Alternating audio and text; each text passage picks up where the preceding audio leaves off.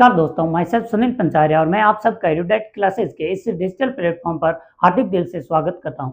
तो दोस्तों, हमारी इस मुहिम जिसके बारे में हम अक्सर बात करते हैं, जिसके अंदर हम इंडियन पॉलिटी से रिलेटेड उन सिलेक्टेड टॉपिक के बारे में उन सिलेक्टेड टॉपिक को डे बाय डे उठाते हैं और उनसे रिलेटेड जो भी जिस तरीके के बेसिक और डीप में जाकर क्वेश्चन बनाए जा सकते हैं, उन तमाम बिंदुओं को मद्देनजर रखते हुए चर्चा करते हैं, जिसके तहत हम अपने आप को इस तरीके से तैयार कर सके कि जो भी आप चाहे वन डे वाले एग्जाम में पार्टिसिपेट कर रहे हो या फिर कोई यूपीएससी या फिर आरपीएससी के आरएस जैसे या यूपीपीसीएस के एग्जाम में अगर बैठते हो तो ये मुहिम आपकी पॉलिटी से रिलेटेड जो अंडरस्टैंडिंग है उसको ढंग से डेवलप करने में सहायक बन सके और हम हमारे जो भी तमाम दोस्त इस प्लेटफॉर्म पर हमसे जुड़ रहे हैं उनकी सफलता में एक भूमिका निभा सके। इस मुहिम को आगे बढ़ाते हुए हमारा आज का टॉपिक रखा है वो है स्वतंत्रता का अधिकार।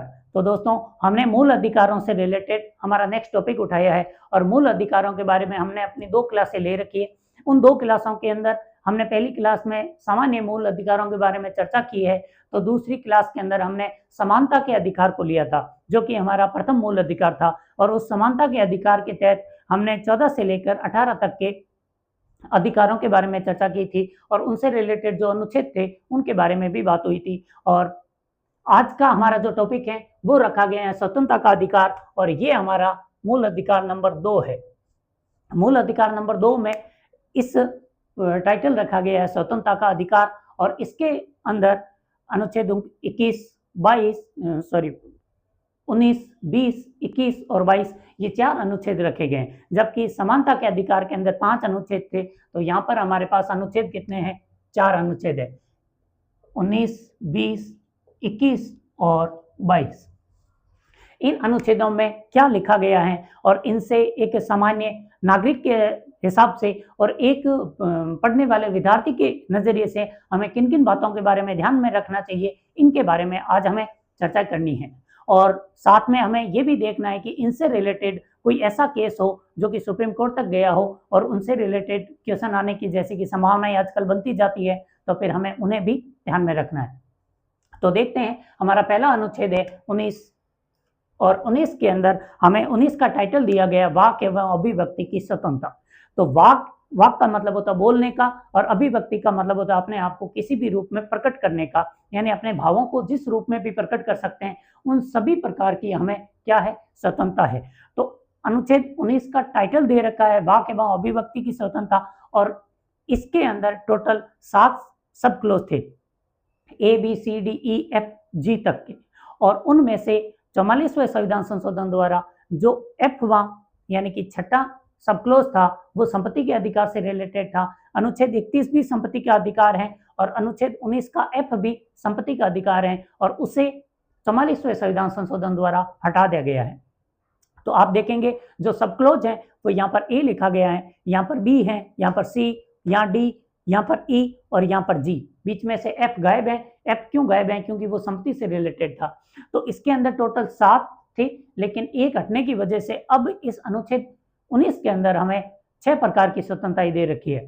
तो देखते हैं वो कौन कौन सी स्वतंत्रताएं हैं और इनमें से अनुच्छेद 19 और अनुच्छेद 21 जो कि अपने आप में इतने बड़े हैं कि इनका विस्तार जितना किया जाए उतना भी, और मैं अगर पढ़ाने लगूं तो मैं जितनी भी बातें बोलूं वो इनके लिए कम पड़ जाएगी, क्योंकि इनका विस्तार आए दिन होता रहता है। अभी हम आगे देखेंगे कि इनके अंदर और कितने अधिकार हैं, यानी कि ये अधिकारों की जननी के रूप में होते हैं अनुच्छेद 19 और 21। तो देखते हैं अनुच्छेद 19 का सब क्लोज ए कहता है हमें क्या है? वाक एवं अभिव्यक्ति की स्वतंत्रता है। वाक का अर्थ से है बोलने से, अभिव्यक्ति का मतलब है अपने आप को प्रकट करने से। तो ये जो वाक एवं अभिव्यक्ति की स्वतंत्रता है, तो वाक तक तो ठीक है, व्यक्ति को बोलने का अधिकार है, लेकिन वाक के बाद अभिव्यक्ति जो शब्द है ये बहुत बड़ा शब्द है, क्योंकि अभिव्यक्त करने का क्या मतलब होता है? जैसे कि मैं अपने भावों को खेलकर प्रकट करना चाहता हूं तो मुझे खेलने का अधिकार है। मैं अपने भावों को ज्यादा बोलकर प्रकट करता हूं तो मुझे बोलने का अधिकार है। मैं अपने भावों को इशारों की सहायता से, संकेतों से समझाने में विश्वास रखता हूं तो मुझे संकेतों से, संकेत भाषा को यूज करने का अधिकार है। मैं अपने भावों को जिस रूप में प्रकट कर सकता हूं उन सभी प्रकार की मुझे अभिव्यक्ति की स्वतंत्रता अनुच्छेद 19 देता है, जबकि इसके अंदर उतने शब्द लिखे हुए नहीं है जितने प्रकार से आप अपने भावों को प्रकट कर सकते हो। तो उसके अंदर पहला देखते हैं, और ये तो वाक्य एवं अभिव्यक्ति हो गई। वाक्य एवं अभिव्यक्ति के बाद में जैसे कि इसके अंदर और कौन कौन से आ सकते हैं, आपको ये ज्यादा डिटेल में पढ़ने की जरूरत है, क्योंकि आपसे पूछा जा सकता है कि चुप रहने का अधिकार मूल अधिकार के किस अनुच्छेद से संबंधित है। तो अगर हम वाक्य एवं अभिव्यक्ति के अंदर इन चीजों को नहीं पढ़ते हैं तो फिर संभव है कि हम अगर ऊपरी ऊपर पढ़ के निकल गए तो फिर संभव है कि हम इस क्वेश्चन को गलत कर दें, क्योंकि चुप रहने का अधिकार बाकी किसी भी अनुच्छेद में साफ शब्दों में लिखा हुआ नहीं है, लेकिन अनुच्छेद 19 है उसकी जो गहराई वाली यानी जो आत्मा है, इस अनुच्छेद 19 की आत्मा के अंदर ये सारी चीजें, यानी कि इस अनुच्छेद 19 की जो मस्तिष्क है उसके अंदर ये सारी चीजें हैं। तो देखते हैं कौन कौन सी चीजें हैं और किस तरीके से इन्हें पढ़ना होगा। जैसे पहला मैंने पॉइंट लगाया है वो है अपने और अन्य के विचार प्रकट करने का, यानी कि मेरे अंदर एक टैलेंट है कि मैं अपने विचारों को बहुत अच्छे से प्रकट कर सकता हूं, तो फिर मुझे अपने विचार प्रकट करने का अधिकार है, चाहे मैं बोल कर करूं या इशारों से करूं या लिख कर करूं, जैसे भी करना चाहूं मुझे ये अधिकार है कि मैं अपने विचार प्रकट कर सकता हूं। और वहीं दूसरी तरफ अन्य के विचार, अब मान लो कि हमारे आसपास ऐसे लोग हो जिनमें बोलने में हेजिटेशन होती है, तो कुछ ऐसे छर्रे टाइप के लोग होते हैं, हम अक्सर देखते हैं कि जब भी एक व्यक्ति आता है तो उसके साथ में दूसरा व्यक्ति भी आता है। जो पहला व्यक्ति होता है वो सामान्यतः कम ही बोलता है, लेकिन जो दूसरा वाला छर्रा होता है वो इतना बोलता है, हो सकता है कि आपको इरिटेट भी कर दे बोलता बोलता। तो वो जो ज्यादा बोलने वाले हैं उन्हें अधिकार है, अनुच्छेद 19 उन्हें इस बात की शक्ति देता है कि वो अपने भाव तो प्रकट करे, पड़ोसी के भाव भी वही प्रकट करे। ये जो बातों नहीं होते हैं, एक्स्ट्रा बोलने वाले होते हैं, इन्हें बोलते हैं, एक शब्द यूज होता है एक्सट्रोवर्ट। ये जो एक्सट्रोवर्ट लोग होते हैं उनको अनुच्छेद 19 की शक्ति मिली हुई है कि वो दूसरों के विचार भी खुद ही प्रकट कर दे, दूसरों को बोलने की अनुमति ना दे। तो ये ऐसे फालतू लोग नहीं है, ये अपने अनुच्छेद के अनुसार ही ऐसा कर रहे हैं। चलिए दूसरा देखते हैं, प्रेस की स्वतंत्रता, यानी कि मुझे तो अपने भाव प्रकट करने हैं सो करने ही है, मुझे मेरे पूरे देश के लोगों के भाव प्रकट करने हैं, तो मुझे इसकी भी स्वतंत्रता होनी चाहिए। तो अनुच्छेद जो 19 है वो आपको प्रेस की स्वतंत्रता भी देता है, यानी कि और कहीं पर भी भारतीय संविधान के किसी भी हिस्से में और कहीं पर भी प्रेस की स्वतंत्रता का उल्लेख नहीं है, यानी अलग से प्रेस को अपने भाव प्रकट करने के लिए कोई अधिकार नहीं दे रखा है। ये प्रेस को स्वतंत्रता भी कौन देता है? अनुच्छेद 19 ही देता है। प्रसारण, यानी कि जो भी घटना देश में घटित होती है उसको प्रसार करने की जो शक्ति होती है, टेलीकास्ट ब्रॉडकास्ट करना, ये सारी शक्तियां भी जितने भी मीडिया करती है, मीडिया चैनल है, प्रसारण वाले चैनल है, इनको शक्ति कौन देता है? अनुच्छेद 19 ही देता है। विज्ञापन देने का, अपने किसी भी व्यवसाय का अगर आप विज्ञापन देकर अपने व्यवसाय की अभिव्यक्ति करना चाहते हो तो आपको उसकी भी अनुमति है। तो विज्ञापन भी किससे रिलेटेड हुआ? अनुच्छेद 19 से रिलेटेड हुआ। फिर है फोन टैपिंग से संरक्षण। फोन टैपिंग का मतलब होता है कि आपके फोन के अंदर कोई दूसरा व्यक्ति कोई मेलवेयर डाल दे, यानी कि एक वायरस डाल दे और वो आपके पूरे के पूरे फोन को हैक कर ले। तो अगर आपका फोन हैक होता है तो आप अपने अनुच्छेद 19 का प्रयोग करते हुए उस व्यक्ति के खिलाफ में मुकदमा कर सकते हो। और ये जो सुप्रीम मूल अधिकारों का हनन होता है तब आप डायरेक्टली हाई कोर्ट या फिर सुप्रीम कोर्ट के अंदर जा सकते हो, यानी सुप्रीम कोर्ट में जाने का ये एक सुनहरा अवसर ही होते हैं मूल अधिकार, क्योंकि अनुच्छेद 32 सुप्रीम कोर्ट को बाध्य करता है कि जब भी किसी व्यक्ति के मूल अधिकार का हनन होगा तब आप यानी कि सुप्रीम कोर्ट उस व्यक्ति के उस हनन से बचाओगे। तो अगर आपके फोन हैक भी होता है तो आप डायरेक्टली, मतलब ना सेशन कोर्ट जाना ना हाई कोर्ट जाना, आप सीधे के सीधे कहाँ जा सकते हो? सुप्रीम कोर्ट जा सकते हो। तो फोन टैपिंग के विरुद्ध में आपको संरक्षण मिला हुआ है। और सरकारी गतिविधियों की जानकारी लेने के लिए, यानी कि आप चाहो तो ये भी जानने में भी, यानी कि वाक में केवल बोलना ही नहीं होता है, जानना भी वाक में ही आता है कि आप 4 बातें जान जाओ, वो भी वाक के अंदर आती है। तो आप सरकारी गतिविधियों की जानकारियां भी मांग सकते हो। फिर साथ में चुप रहना, यानी कि केवल बोलने से ही अभिव्यक्ति नहीं होती है। कई बार ऐसे होता है कि आप अपने दोस्तों में जानते होंगे कि आपके दोस्ती में जो फ्रेंड होते हैं वो सब बहुत ज्यादा बोलते रहते हैं, सारे हर प्रकार की बातें करते हैं। किसी दिन ऐसा हो कि वो व्यक्ति आप उसके पास गए और वो आपसे कुछ भी नहीं बोला, तो क्या आप नहीं समझ पाओगे कि उसको कुछ ना कुछ तो प्रॉब्लम है? और प्रॉब्लम किस प्रकार की होगी? वो उसकी चुप्पी यानी कि खामोशी देखकर आप अंदाजा तो लगा ही लेते हो। तो उसका जो खामोश रहने वाला, आपने चेहरे को एकदम दुखी कर लेना, चेहरे से दुखी वाले भाव प्रकट करना और चुपचाप रहना, वो तमाम बातें एक्सप्लेन कर देगा जो उसके दिमाग में चल रही है। तो चुप रहना भी एक प्रकार की क्या है, अभिव्यक्ति है। तो ये भी किस में काउंट होगी, अनुच्छेद 19 के अंदर। और विरोध का अधिकार, आप चाहें तो किसी भी चीज का, यानी कि मान लो कि कोई स्कीम आती है, हम एक एग्जांपल ले लेते हैं कि 2020 के अंदर किसान बिल लाए गए थे। जब किसान बिल आए थे तो कुछ किसान थे, उनको वो बिल समझ में नहीं आया या फिर उनको पसंद नहीं आया उनके अंदर जो प्रावधान थे, तो फिर उन्होंने दिल्ली में जाकर हड़ताल की, विरोध किया। विरोध करने की वजह से सरकार ने उस बिल को वापस ले लिया। तो ये हमें क्या बताता है कि आपको तो अपने यानी कि विरोध करने का भी अधिकार है। और ये विरोध करने का अधिकार भी कौन देता है, अनुच्छेद 19 देता है। आपको विरोध करने का अधिकार है, आपको हड़ताल करने का अधिकार नहीं है। हड़ताल का मतलब आप विरोध कर रहे हो, उस विरोध के अंदर दंगा प्रसाद भी किए जा रहे हो, तब तो पुलिस आएगी, अश्रु गैस छोड़ेगी, पानी से बौछार करवाएगी, या फिर अंत में वो अपना वो हथियार भी यूज कर लेगी, लाठीचार्ज भी करेगी। ये तमाम पुलिस को अधिकार मिल सकते हैं, क्योंकि आपको अनुच्छेद 19 से विरोध करने का अधिकार देता है। यानी कि आप लोग विरोध कीजिए, शांतिमय तरीके से एक जगह पर बैठ जाइए, यानी कि सड़क के किनारे जो गार्डन हो उसके अंदर बैठ जाइए। वो भूख हड़ताल तो अब बैन हो गया है। जो भारत में अभी जो भारत न्यायिक संहिताएं आई है 2022-23 वाली, इनके अंदर भूख हड़ताल को तो हटा दिया। आप चाहो तो केवल हड़ताल कीजिए, यानी कि शांतिमय तरीके से सम्मेलन कीजिए, वहां पर बैठ जाइए और आपको जो भी समर्थन देने वाले लोग हैं उन सबको जमा कर सकते हो। लेकिन दंगा प्रसाद करना, वो वाली जो हड़ताल होती है, इसका अधिकार अनुच्छेद 19 नहीं देता है। तो आपको केवल क्या है, विरोध करने का अधिकार है। एक चीज और, जो सरकारी कर्मचारी हैं उनको तो विरोध करने का भी अधिकार नहीं है, क्योंकि वो विरोध करेंगे तो हो सकता है सरकार आवश्यक सेवा मेंटेनेंस जो एक प्रावधान है उसके तहत, यानी कानून है उसके तहत सरकारी कर्मचारियों को विरोध करने से रोका जा सकता है। और बाकी आगे देखते हैं। चलिए, तो ये केवल इतने नहीं है, इनके अंदर और भी तमाम प्रकार के अभिव्यक्ति और वाक के छोटे छोटे और भी तरीके हैं, उन सबको ये अनुच्छेद 19 समेटे हुए हैं। तो आप इनको थोड़ा डिटेलाइज कीजिए, और ये जो मैंने कुछ पॉइंट लिखे हैं ये तो याद ही रखिए, क्योंकि अच्छे पॉइंट हैं जिनके बारे में हम सोचते नहीं है। जैसे कि क्वेश्चन आ सकता है कि विज्ञापन का अधिकार किस अनुच्छेद के तहत मूल अधिकार है, तो ये अनुच्छेद 19 वाला है। थोड़ा इस तरीके से इसे भी देखना है।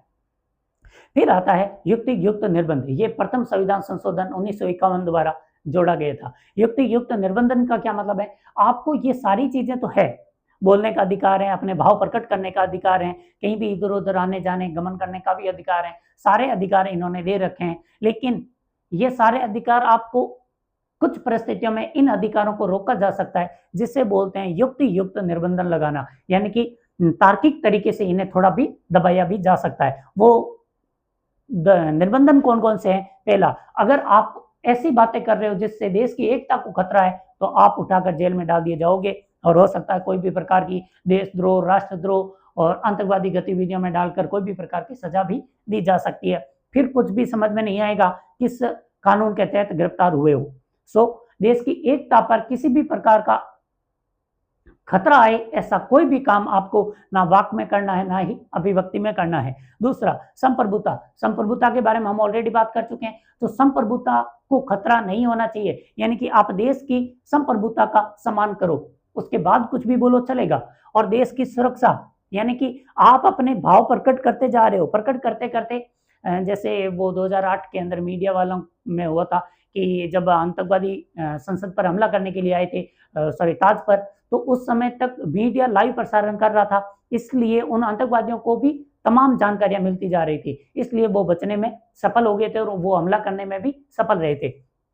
तो उसका कारण क्या था कि सुरक्षा का ध्यान नहीं रखा गया था। तो अब ये प्रावधान है कि अगर आप प्रसारण कर रहे हो, विज्ञापन भी दे रहे हो, सारी चीजें दीजिए, इसमें आपको कोई आपत्ति नहीं। अगर उससे देश की सुरक्षा को खतरा है, तब आपका विज्ञापन या प्रसारण रोका जा सकता है। फिर IR मतलब इंटरनेशनल रिलेशन, अंतर्राष्ट्रीय संबंधों को अगर खतरा हो, यानी कि आप बार बार मीडिया में, यूट्यूब पर, फेसबुक पर, इन तमाम सोशल मीडिया चैनलों पर आप ऐसी कमेंटें कर रहे हो, ऐसी बातें बोल रहे हो जिन्हें हेट स्पीच टाइप से बोलते हैं, या फिर जो दूसरे देश के लिए ज्यादा बुरी है, हमारे उस देश के साथ अच्छे संबंध है, और आपके बार बार ऐसी कमेंट करने से अगर संबंध को खतरा आता है, तब भी आपके इस अधिकार का हनन किया जा सकता है।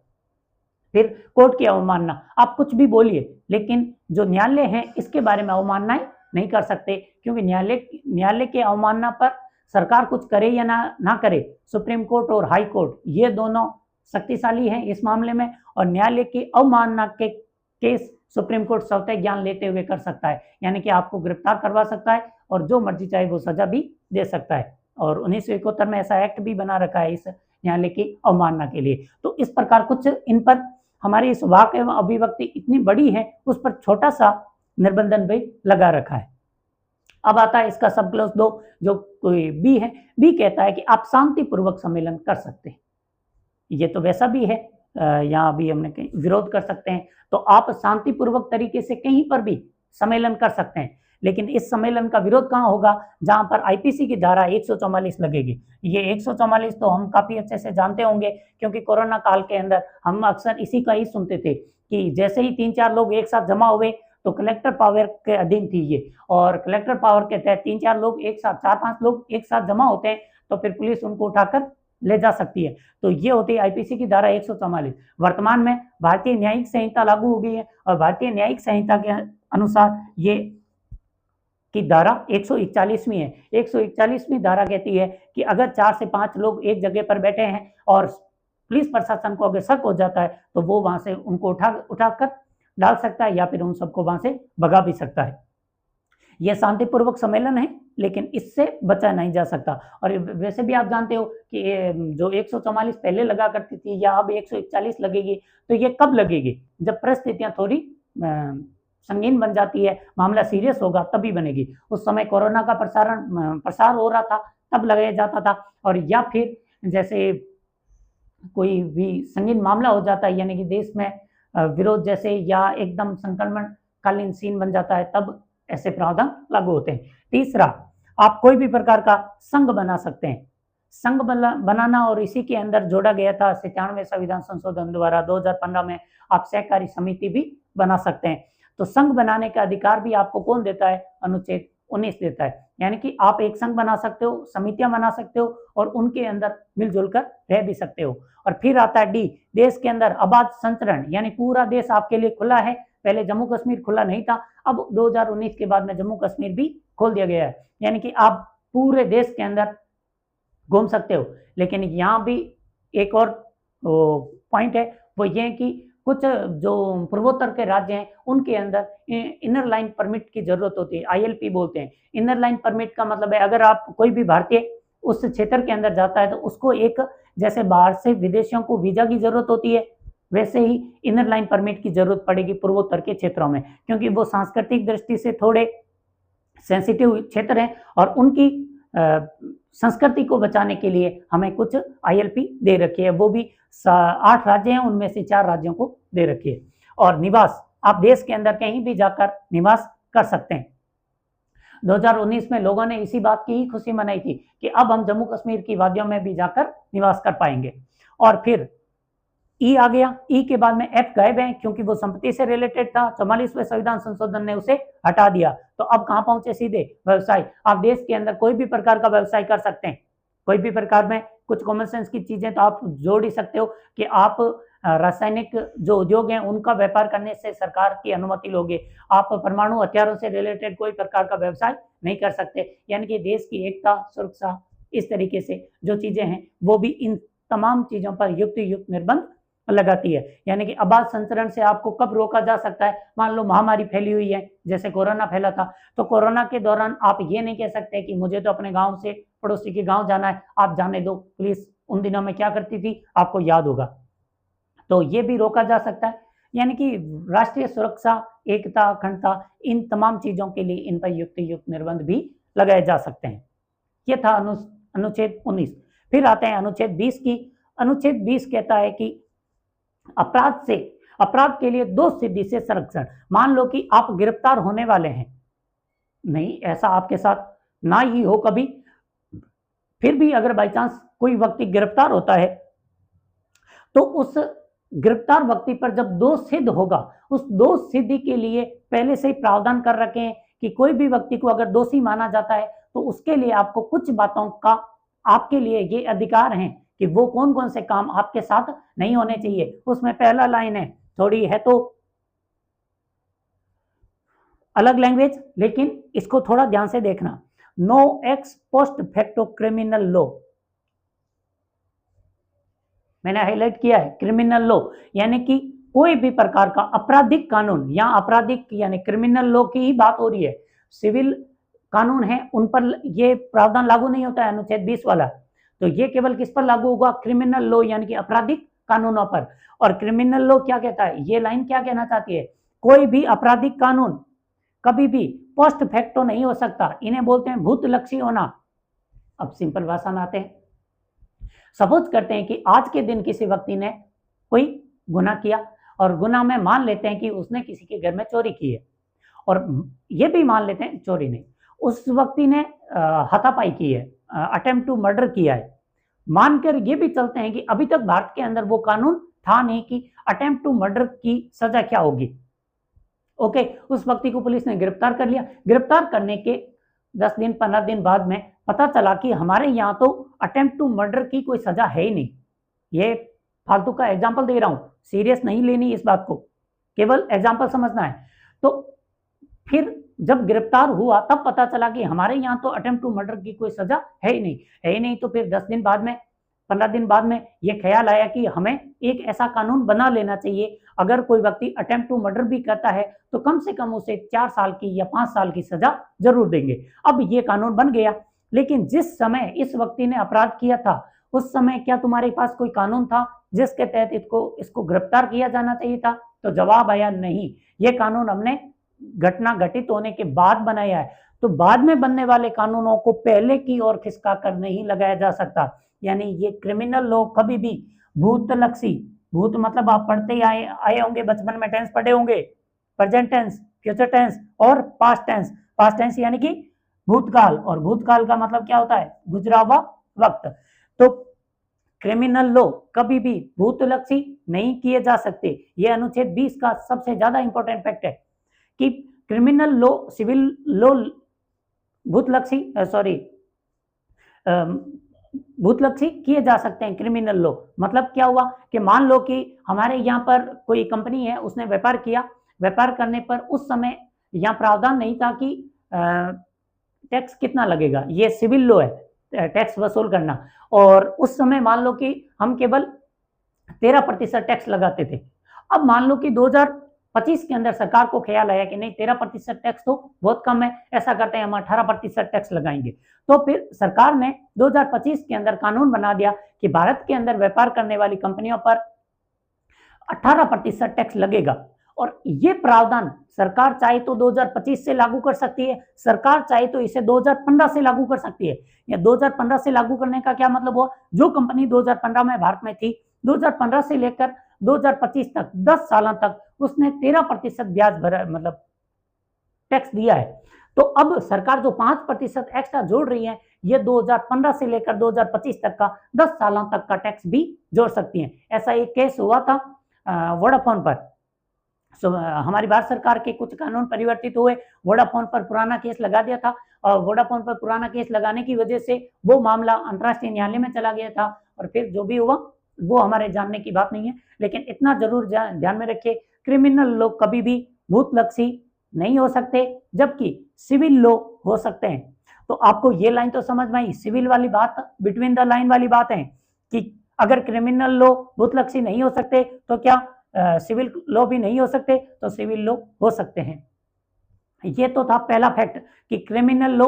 अब वापस देखते हैं, यानी कि किसी व्यक्ति ने जिस समय जो अपराध किया, व्यक्ति को उस समय जो प्रचलित विधि कानून था उसी के तहत सजा मिलेगी। कोई नया कानून बनाकर आप उस व्यक्ति को सजा नहीं दे सकते। अब दूसरे देखते हैं, किसी भी व्यक्ति को दोहरी सजा नहीं मिलेगी, एक प्रकार की गुनाह की सजा एक ही होगी।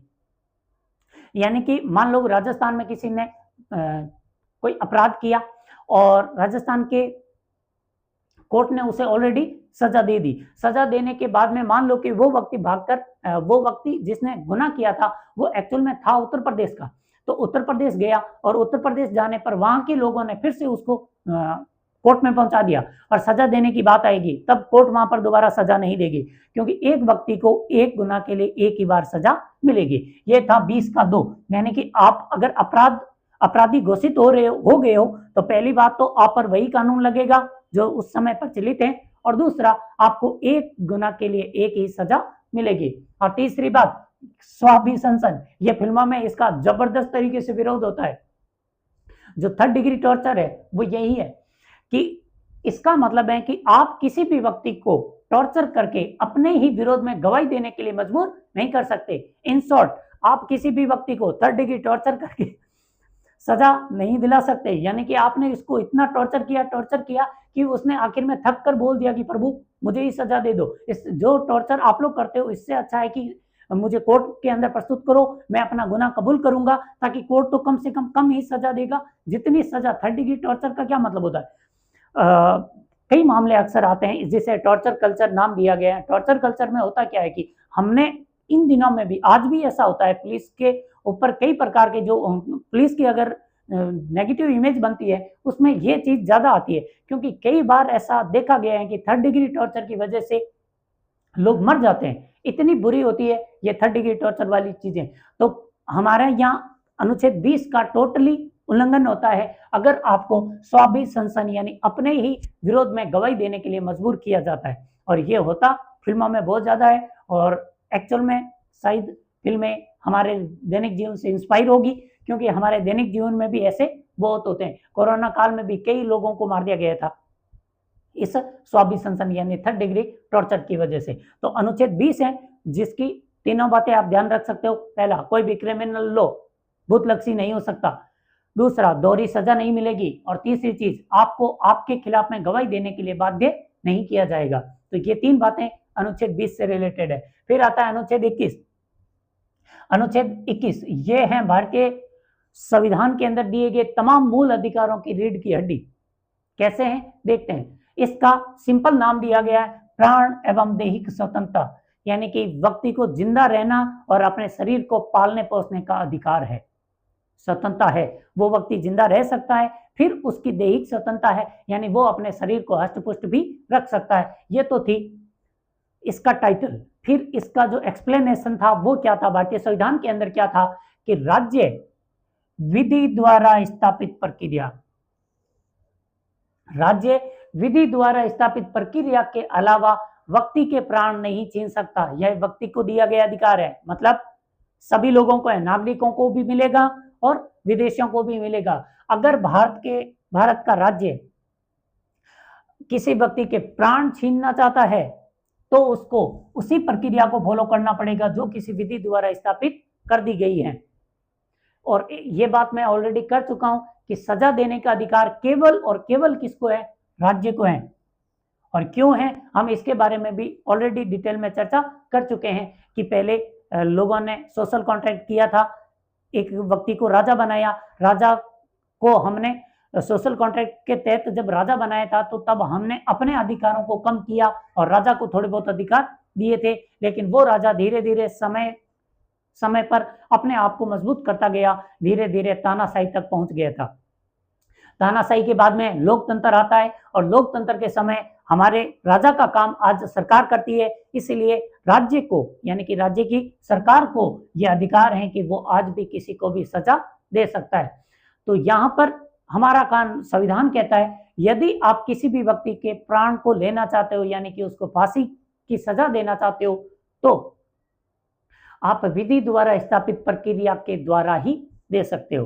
तो जैसे अनुच्छेद 14 के अंदर दो चीजें थी, विधि के समता और विधि का समान संरक्षण, वैसे ही अनुच्छेद 21 के अंदर दो बातें हैं, एक विधि द्वारा स्थापित प्रक्रिया और दूसरा है विधि की सम्यक प्रक्रिया। अब दोनों में क्या अंतर है, क्या चीजें हैं और इनके बारे में थोड़े बहुत समझने की कोशिश करते हैं। तो दोस्तों, विधि द्वारा स्थापित प्रक्रिया है ये हमने ब्रिटेन से ली है, हमने जापान से ली है, लेकिन जापान ने कहां से ली थी, ब्रिटेन की। यानी कि ये अवधारणा है कहां की, ब्रिटेन की है। चलो ठीक है, जैसे विधि के समता ब्रिटेन की थी वैसे ही विधि द्वारा स्थापित प्रक्रिया भी ब्रिटेन की है। अगर हमसे पूछा जाए विधि द्वारा स्थापित प्रक्रिया भारतीय संविधान में, कहां से ली गई थी, तब जवाब होगा जापान।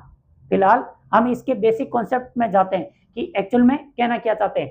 तो विधि द्वारा स्थापित प्रक्रिया ब्रिटेन से ली गई है और ये कहना क्या चाहती है, यानी कि पहली चीज जो विधि बनाई थी, अगर आप किसी व्यक्ति को सजा देना चाहते हैं तो पहला आप मुझे बताइए क्या आपके देश के अंदर ऐसा कोई कानून है। अनुच्छेद 20 पहले ही कह चुका है कि सजा तभी मिलेगी तब जब गुनाह के समय वैसा कोई कानून था। तो पहली चीज, क्या आपके देश के अंदर वैसा कानून है? जवाब आया हाँ, हमारे देश के अंदर ऐसा क्रिमिनल लॉ बना हुआ है। ठीक है, तो क्या उसे बनाने वाली कोई दक्ष संस्थान थी? तो जवाब होगा हाँ जी, दक्ष संस्थान थी। वो कौन होती है, कानून बनाने वाली संस्था कौन होती है? तो जवाब आएगा हमारी संसद, क्योंकि तमाम कानून कौन बनाती है? संसद या विधायिका बनाती है, और उसको लागू कौन करती है? कार्यपालिका करती है। तो दूसरे क्वेश्चन का जवाब आता है कि क्या स्थापित प्रक्रिया बनाने वाली जो संस्थान थी वो दक्ष थी, यानी संसद थी, तो ऑब्वियस है दक्ष तो थी। तीसरा क्वेश्चन, क्या आपकी कार्यपालिका ने उस संसद ने जो कानून बनाया था उसकी प्रक्रिया का पालन किया था? तो जवाब आएगा हाँ या ना। यानी कि विधि द्वारा स्थापित प्रक्रिया का मतलब हुआ कि जो प्रक्रिया चाहे कैसी भी हो, उस प्रक्रिया जो लिखी हुई थी क्या उसका पालन किया गया या फिर नहीं किया गया। यह सिंपल मतलब था। अब दूसरे वाले की बात करते हैं। ये जो विधि की सम्यक प्रक्रिया है ये ली थी हमने फिर से अमेरिका से। जैसे विधि का समान संरक्षण कहां से लिया? अमेरिका से। वैसे ही विधि की सम्यक प्रक्रिया हमने कहां से ली? अमेरिका से ली थी। और ये क्या कहना चाहती है? पहली बात मुझे बताओ कि क्या आपके देश में ऐसा कानून है? हमारा जवाब गया हाँ, कानून है ऐसा। तो फिर अब बताइए क्या आपको ये जो कानून बनाने वाली जो संस्थान थी वो दक्ष थी? हमारे यहाँ भी कानून कौन बनाती है? संसद बनाती है। हाँ जी भाई, दक्ष तो थी। तीसरी बात, क्या आपकी कार्यपालिका ने उस प्रक्रिया का पालन किया? जवाब है हाँ, हमारी कार्यपालिका ने इस प्रक्रिया का भी पालन किया। अब अंतिम क्वेश्चन जो इन दोनों को अलग करता है वो ये कि क्या आपकी जो प्रक्रिया बनाई गई है वो वास्तव में अच्छी प्रक्रिया है, सम्यक यानी कि ढंग की प्रक्रिया, तार्किक प्रक्रिया, अच्छी प्रक्रिया है, या फिर ऐसे ही कोई भी प्रक्रिया बना रखी है, जलाद प्रवृत्ति की प्रक्रिया है। तो ये क्वेश्चन भी जब संसद पूछती यानी कि न्यायालय पूछता है तब वो प्रक्रिया कैसी बन जाती है? सम्यक प्रक्रिया बन जाती है। इन शॉर्ट वापस समराइज करते हैं दोनों बातों को कि विधि द्वारा स्थापित प्रक्रिया का मतलब है कि प्रक्रिया चाहे कैसी भी हो, खराब हो अच्छी हो, कोई फर्क नहीं पड़ेगा। आप किसी व्यक्ति को सजा देते हैं तो सजा के दौरान आपको उस विधि की जो प्रक्रिया बना रखी है उसका पालन करना है। सिंपल बात है, प्रक्रिया का पालन करो। कर दिया तब तो वो कौन सी है? विधि द्वारा स्थापित प्रक्रिया है। और दूसरी बात, विधि की सम्यक प्रक्रिया का मतलब है कि भाई एक कानून हो, उस कानून को अच्छे से बनाया गया हो, और उस कानून को बनाने के बाद में जो सजा देने की प्रक्रिया है वो अच्छी होनी चाहिए, तार्किक होनी चाहिए, मानवीय होनी चाहिए। ऐसा नहीं है कि आप किसी व्यक्ति को मरने के लिए सजा देना चाहते हो, यानी कि फांसी की सजा की बजाय आप उसे कीड़े मकोड़ों की एक कुंड बनाकर उसके अंदर फेंक रहे हो, कीड़े मकोड़े उसे नोच नोच खाए जा रहे हैं, या फिर उसको आप तेल के अंदर फ्राई कर रहे हो। ये जो प्रक्रिया है, यानी कि आप मौत की सजा देनी है, मौत की सजा आप थोड़े ढंग से तार्किक तरीके से दीजिए। ऐसा नहीं है कि आप एकदम जलाद हो जाते हो किसी को मारने के लिए। इस चीज को बोलते हैं सम्यक प्रक्रिया, यानी सजा मौत की हो लेकिन सजा सम्यक होनी चाहिए, प्रक्रिया उचित होनी चाहिए, मानवीय होनी चाहिए, तब तो होती है सम्यक प्रक्रिया। और विधि द्वारा स्थापित प्रक्रिया में प्रक्रिया कैसी भी हो चलेगी, मौत होनी चाहिए, तेल में फ्राई भी करो मौत होनी चाहिए, फांसी पर लटकाओ मौत होनी चाहिए, चौराहे पर खड़ा करके एनकाउंटर कर दो मौत होनी ही चाहिए। ये तो बात करता है स्थापित प्रक्रिया। और सम्यक प्रक्रिया कहती है कि भाई साहब आप सजा तो किसी मानव को दे रहे हो, किसी मानव के लिए मानव को सजा दी जा रही है, तो फिर मानव को सजा थोड़ी मानवीय तरीके से भी दे दिया करो। तो ये बात हुई है सम्यक प्रक्रिया की।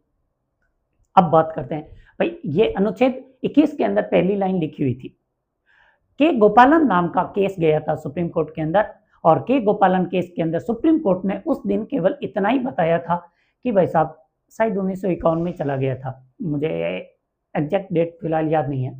तो विधि द्वारा स्थापित प्रक्रिया के तहत सुप्रीम कोर्ट ने कह दिया था कि भाई साहब हमारे यहाँ विधि द्वारा स्थापित प्रक्रिया का पालन होना जरूरी है। उस समय सुप्रीम कोर्ट ने यह नहीं बोला था विधि की सम्यक प्रक्रिया का भी पालन होना चाहिए। तो के गोपालन केस के अंदर सुप्रीम कोर्ट ने अनुच्छेद 21 को किसके तहत माना था? विधि द्वारा स्थापित प्रक्रिया के तहत। फिर मामला गया 1978 में मिसिस गांधी, सॉरी मेनका गांधी नाम है, मैंने एक बार पहले भी बीच में बोल दिया था मिसिस गांधी, वो गलत था, मेनका गांधी नाम है। मेनका गांधी नाम से 1978 के अंदर एक केस गया। उस दिन भी मैंने ये बात तब बोली थी जब मैंने गरिमा में जीवन की बात की थी। तो मेनका गांधी का केस था 1978 के अंदर। तब सुप्रीम कोर्ट ने बोला था कि ये प्राण एवं दैहिक स्वतंत्रता केवल जिंदा रहने के लिए ही नहीं है, जबकि दैहिक स्वतंत्रता का मतलब होगा व्यक्ति का जीवन गरिमापूर्ण होना चाहिए। ऐसा नहीं कि आपने व्यक्ति का जीवन नरकदायी बना दिया है, जी नहीं, आपको उसका जीवन गरिमापूर्ण बनाना है। तो गरिमापूर्ण जीवन के लिए एक तो उन्होंने ये बात बोली, दूसरी बात इन्होंने बोली कि भारत के अंदर जो प्राण एवं दैहिक स्वतंत्रता है वो प्राकृतिक न्याय के कॉन्सेप्ट का पालन करती है। और प्राकृतिक न्याय क्या है? अगर मानव है तो उसके साथ मानवीय व्यवहार किया जाए, और अगर मानव के साथ मानवीय व्यवहार करने की बात आ गई, इसका मतलब क्या हुआ? आप कोई भी प्रक्रिया से व्यक्ति को सजा नहीं दे सकते। तो अर्थ क्या बना कि भारत के अंदर केवल विधि द्वारा स्थापित प्रक्रिया ही नहीं है, भारत के अंदर विधि की सम्यक प्रक्रिया भी है। और ये बात कब बोली थी? 1978 के अंदर। और ये बात किसके तहत बोली? प्राकृतिक न्याय के तहत बोली थी। यानी मेनका गांधी केस के अंदर सुप्रीम कोर्ट ने दो चीजें क्लियर कर दी। पहला, व्यक्ति का जीवन गरिमापूर्ण होना चाहिए, साथ में यह भी बोल दिया कि भारत के अंदर केवल विधि द्वारा स्थापित प्रक्रिया ही नहीं, विधि की सम्यक प्रक्रिया का भी पालन किया जाएगा। इसलिए ये दोनों शब्द समझाए गए थे। क्लियर हो गया होगा कि विधि की स्थापित प्रक्रिया और विधि की सम्यक प्रक्रिया क्या होती है, दोनों में फर्क क्या है, ये तमाम चीजें इनसे रिलेटेड थी। तो अब देखते हैं अनुच्छेद 21 को। मैंने अभी थोड़ी देर पहले बोला था कि अनुच्छेद 21 भारतीय संविधान में दिए गए मूल अधिकारों की रीढ़ की हड्डी है। कैसे है भाई? ये जो अनुच्छेद 21 है ये केवल अपने आप में एक अनुच्छेद नहीं है, कई अनुच्छेदों का मतलब कई अधिकारों का एक बंडल है। कैसे? अब मैंने यहाँ पर कुछ दो चार यूज किए। आप जैसे अनुच्छेद 21 में बताया गया था, अनुच्छेद 19 में, अनुच्छेद 19 से डबल के आसपास इसके अंदर ऑलरेडी आ चुके हैं। और यकीन मानिए आने वाले कई समय में जब भी कोई प्रकार का अधिकार देना होगा, सुप्रीम कोर्ट उसे उठाकर इसी के अंदर डालने वाली है। अभी मैं आपको एग्जांपल देता हूं कौन कौन से एक्ट थे, अधिकार थे जो अनुच्छेद 21 के अंदर शामिल कर दिए गए हैं। पहला है लैंगिक अभिविन्यास का नालसा केस था। नालसा केस में क्या हुआ था? आपने सुना होगा कि हमारे यहाँ से आईपीसी की धारा 377 हटा दी गई है। उसका मतलब क्या था? अब व्यक्ति समलैंगिक व्यवहार भी कर सकते हैं। तो लैंगिक अभिविन्यास का मतलब हुआ कि आप किसी भी व्यक्ति के साथ कैसा भी संबंध, यानी कि अगर आप लड़का हैं और आपका लड़की के प्रति झुकाव रहता है, वेल एंड गुड। अगर आप लड़का हैं और आपका झुकाव लड़के की ओर ही हो रहा है, तब भी हमारे यहाँ किसी को भी कोई प्रॉब्लम नहीं है, क्योंकि आपको प्राण एवं दैहिक स्वतंत्रता भी है। तो उसके अंदर लैंगिक अभिविन्यास की भी स्वतंत्रता है। आप और इसी को ध्यान में रखते हुए सुप्रीम कोर्ट ने 2014 के अंदर धारा 377 हटा दी थी। दूसरा देखते हैं, इसी में लिखा गया आपको छत पाने का अधिकार है, आपको रोटी पाने का अधिकार है, आपको स्वच्छ जल पीने का अधिकार है, आपको स्वच्छ वायु ग्रहण करने का अधिकार है। अगर आपके किसी इलाके के अंदर किसी कंपनी की वजह से प्रदूषण हो रहा है तो फिर आप उस कंपनी के विरोध में ध्यान ले जा सकते हो और उससे क्षतिपूर्ति की मांग कर सकते हो, क्योंकि ये सारे अधिकार आपको अनुच्छेद 21 ही देता है। फिर मोस्ट इंपोर्टेंट 2017 में आया था निजता का अधिकार, अनुच्छेद 21 का भाग मान लिया गया। यह था पुट्टू स्वामी केस, बहुत ज्यादा सुर्खियों में रहा था, याद भी रखना होगा। 2017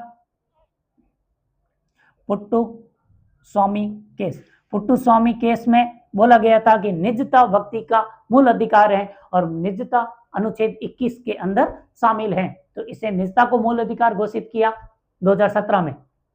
आगे देखते हैं, आपको स्वस्थ रहने का अधिकार है, तो आपको अपना स्वास्थ्य पाने का भी अधिकार है। इसी के लिए भारत सरकार जो कल्याणकारी योजनाएं लाती है वो भी स्वास्थ्य के लिए, यानी कि आपको जो जेनेरिक दवाएं दी जाती है या सरकारी हॉस्पिटलों में जो फ्री चार्ज खर्चा किया जाता है सरकार का, वो भी अनुच्छेद 21 को लागू करने के लिए ही किया जाता है।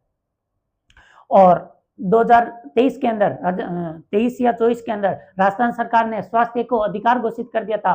तो वो स्वास्थ्य ऑलरेडी अनुच्छेद 21 का ही भाग था। राजस्थान सरकार ने जो किया वो क्या था? वो इस अधिकार को लागू किया गया था, इंप्लीमेंट किया था। तो ध्यान में रखना, राजस्थान में ही नहीं है, ये अधिकार तो सभी भारतीय लोगों को है, लेकिन राज्य सरकारें या केंद्र सरकार केवल इनको लागू करने के लिए कुछ एक्ट लाती है। और कानूनी सहायता पाने का अधिकार, यानी कि आपके ऊपर कोई भी प्रकार का मुकदमा चल रहा है तो आप सरकार से मांग कर सकते हो कि हमारे पास वकील नहीं है, आप हमारे पास वकील की व्यवस्था करो। इसके लिए 1985 से भारत के अंदर नालसा, ये जो ऊपर आया था, यानी कि राष्ट्रीय लीगल अथॉरिटी, यानी कि आपको सर्विस अथॉरिटी, यानी कि राष्ट्रीय कानूनी सहायता प्राधिकरण, ये बनाया गया था 1985 के अंदर, जो क्या काम करता है, आपको कानूनी सहायता देने की व्यवस्थाएं करता है। तो और आगे भी हैं, फांसी में देरी, अगर आपको फांसी की सजा होगी और फांसी देने में देरी कर रहे हैं तो भाई साहब ये जो जीवन है ना, जिस दिन फांसी की घोषणा हो जाती है और उसके बाद जिस दिन फांसी होने वाली है, ये जो जीवन दुनिया का सबसे ज्यादा कष्टदायी जीवन होता है, क्योंकि ये वो जीवन है जो आपको हर पल एहसास करवाता है कि आप मरने वाले हो, आप मरने वाले हो, आप मरने वाले हो। तो इसमें देरी होना अपने आप में एक मेंटल टॉर्चर होता है। तो इसके विरोध में भी, यानी कि ये भी आपको मूल अधिकार हैं अनुच्छेद 21 के अंदर, कि अगर आपको फांसी की घोषणा हो गई है, आप सरकार से जाकर बोलिए, फटाफट लटकार फ्री करो। विदेशी यात्रा, आप ये तो काम का नहीं है, लेकिन फिर भी अगर आप विदेश की यात्रा भी करना चाहें तो ये भी आपको अनुच्छेद 21 के तहत मूल अधिकार है। फिर ये एक और था, सूचना पाने का अधिकार। सूचना का अधिकार अनुच्छेद 21 के तहत आता है और इसी को लागू करने के लिए आरटीआई एक्ट 2005 वाला लाया गया था कि सूचना का अधिकार आपका क्या है, मूल अधिकार है। चलिए, तो ये था अनुच्छेद 21। इसके अंदर और भी बहुत सारे हैं, तो मैं केवल मुख्य मुख्य लाया हूं जिनसे रिलेटेड अभी हाल के कोई केस बने थे और जिनके बारे में मैं बता सकता हूं, और बाकी और भी हैं, आप कहीं से भी इनको देख सकते हो। फिर आता है 66वें संविधान संशोधन 2002 द्वारा हमारे यहाँ पर एक संविधान के अनुच्छेद 21 के अंदर एक और उसका एक और भाग जोड़ा गया था जिसे बोलते हैं 21A, और इसने शिक्षा को मूल अधिकार घोषित कर दिया है। 66वें संविधान संशोधन 2002 द्वारा RTI right to education act लाया गया, यानी कि 21A में किसका प्रावधान है, शिक्षा पाने का अधिकार, आरटीई। अब आता है अनुच्छेद 22। अनुच्छेद 22 कहता है निरोध एवं गिरफ्तारी से संरक्षण।